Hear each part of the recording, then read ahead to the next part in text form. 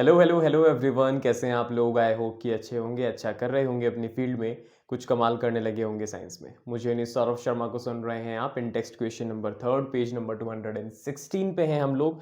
और क्वेश्चन काफ़ी कंसेप्चुअल है। क्वेश्चन है कि अगर आपको कहा जाए what are the advantages of connecting electrical devices in parallel with the battery instead of connecting it in series. कहने का मतलब है कि अगर आपको कभी किसी डिवाइस को कनेक्ट करने के लिए कहा जाए बैटरी से, है ना, या हाउस होल्ड सर्किट के अंदर नॉर्मली, तो आप सीरीज में ना करके पैरेलल में करते हैं। इसके कोई एडवांटेजेस हैं? क्वेश्चन को रीफ्रेम किया जा सकता है कुछ इस तरीके से कि सीरीज के डिसएडवांटेजेस बताओ या पैरेलल कॉम्बिनेशन के एडवांटेजेस बताओ। बात समझ पा रहे हो? या फिर ऐसे भी क्वेश्चन फ्रेम किया जा सकता है। इवन आरबीएससी बोर्ड में, जो स्टेट बोर्ड है राजस्थान का, वहां पे तो ये क्वेश्चन 3-4 बार आ चुका है। क्या कि हाउस होल्ड सर्किट में हम पैरेलल कॉम्बिनेशन यूज करते हैं और ऐसा क्यों करते हैं, ठीक है ना। तो देखते हैं, करके देखते हैं। एक बार हम दो रेजिस्टर्स लेते हैं, सपोज R1 एंड R2, और उनको हम पैरेलल कॉम्बिनेशन में कनेक्ट करके देखते हैं। ये हो गया R1 और R2 का पैरेलल कॉम्बिनेशन।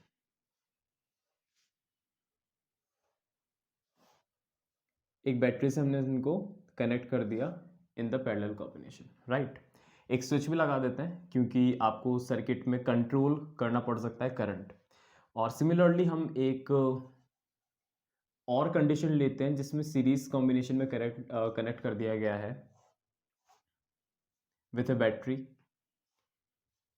दो रेजिस्टर्स को। ठीक है, सपोज ये R1 R2 है और ये R3 R4 है।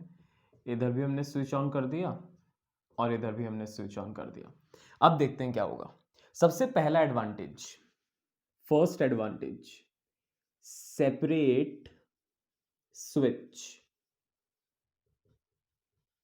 आप सीरीज कॉम्बिनेशन में सेपरेट स्विच हर इंडिविजुअल रेजिस्टेंस को या हर इलेक्ट्रिकल डिवाइस को नहीं दे सकते। क्यों नहीं दे सकते? इसका रीजन है। रीजन क्या है? अगर आप सेपरेट स्विच दे भी देंगे हर एक इलेक्ट्रिकल डिवाइस को, तो सोच के देखो, मैंने अगर ये स्विच ऑन कर दिया और ये ऑफ रख दिया, तो सर्किट तो अभी भी ब्रेक हुआ हुआ है, करंट फ्लो करेगा ही नहीं। अगर मैंने ये दोनों ऑन करे तो ही करंट फ्लो करेगा, एक भी अगर बंद करा तो करंट फ्लो नहीं करेगा। मतलब अगर आप सेपरेट स्विच लगा भी दोगे तो भी कोई सेंस नहीं निकलता, सारे स्विच चालू करने पे ही करंट फ्लो करेगा। मतलब सीरीज में सेपरेट स्विच असाइन नहीं कर सकते।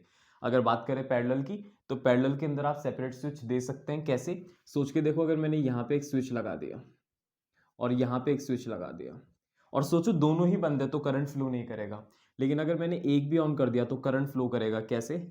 करंट डिवाइड होगा और लगभग लगभग यहाँ से करंट फ्लो कर जाएगा।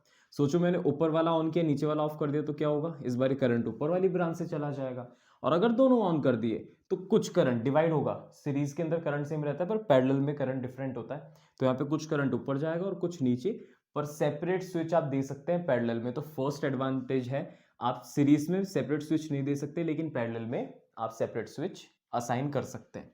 Second, if a device stops working, तो क्या होगा? मान लो फॉल्ट हुआ इस डिवाइस में। सपोज एक हॉल है और उसमें 10 फैन लगे हुए हैं, 10 पंखे लगे हुए हैं सीलिंग पे, और 10 के 10 सीरीज कॉम्बिनेशन में सपोज। और उनमें से एक पंखा सपोज अंदर से खराब हो गया, बाहर से देखने पे नहीं लग रहा, अंदर से कोई वायर शॉर्ट हो गया। ठीक है, कोई दिक्कत नहीं है।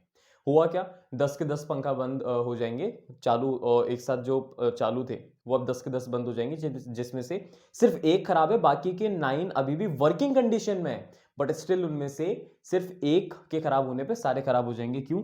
मान लो अगर ये खराब हुआ तो सर्किट ब्रेक, करंट कैसे फ्लो करेगा? तो सीरीज कॉम्बिनेशन के साथ प्रॉब्लम ये है कि अगर एक डिवाइस स्टॉप करता है वर्किंग, एक डिवाइस में फॉल्ट होता है, तो जिसमें फॉल्ट नहीं है वो भी स्टॉप कर देगा वर्किंग। पहली चीज। इधर आओ, दूसरी चीज समझाते हैं आपको। अगर पैरेलल कॉम्बिनेशन में मान लो ये खराब हो गया तो करंट अभी भी R2 से जा रहा है। इट मींस जिसमें फॉल्ट है वो तो स्टॉप कर देगा वर्किंग, बाकी सारे अभी भी जो है वो अपने नॉर्मल कंटिन्यू करेंगे अपनी वर्किंग जैसे पहले कर रहे थे। मतलब सीरीज में फॉल्ट के साथ साथ में जो नॉर्मल अप्लायंसेस है वो भी गए, पैरेलल में जो खराब है वो रुकेगा, बाकी सारे चलते रहेंगे। ये एक नॉर्मल सा एडवांटेज है जो कि काफी इंपॉर्टेंट भी है। Third, overall resistance.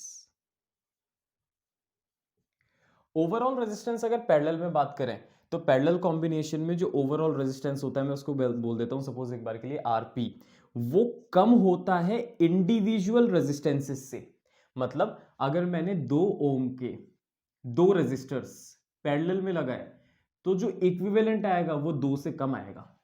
क्या आएगा? इंडिविजुअल रेजिस्टेंसेस से इक्विवेलेंट रेजिस्टेंस कम आएगा, पहली चीज।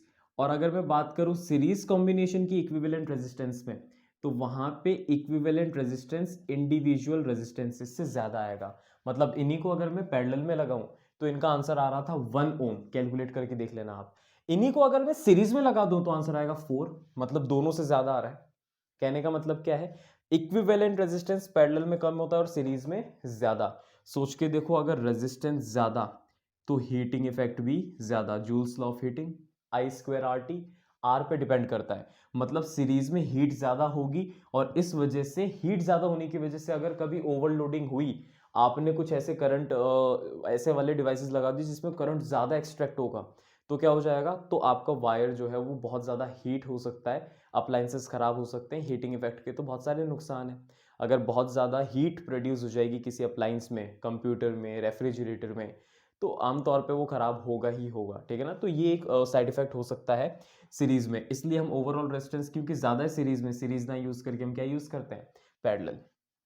Fourth point, voltage across device.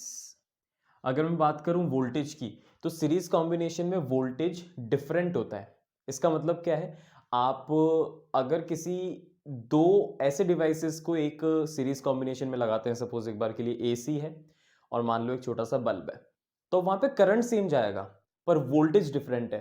अब सोच के देखो यार, आप एसी में और बल्ब में सेम करंट कैसे दे सकते हो?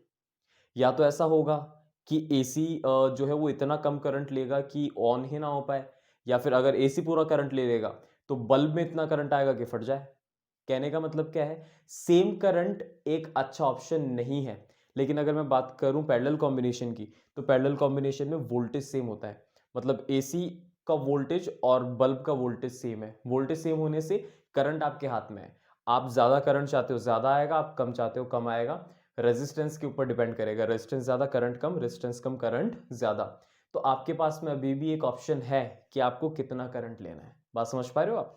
तो ये वाली चीज आप याद रख सकते हैं, क्योंकि वोल्टेज सेम है पैरेलल में, तो वहां पे वर्क करेंगे सारे अप्लायंसेस नॉर्मल कंडीशन में, लेकिन सीरीज में ऐसा नहीं होगा।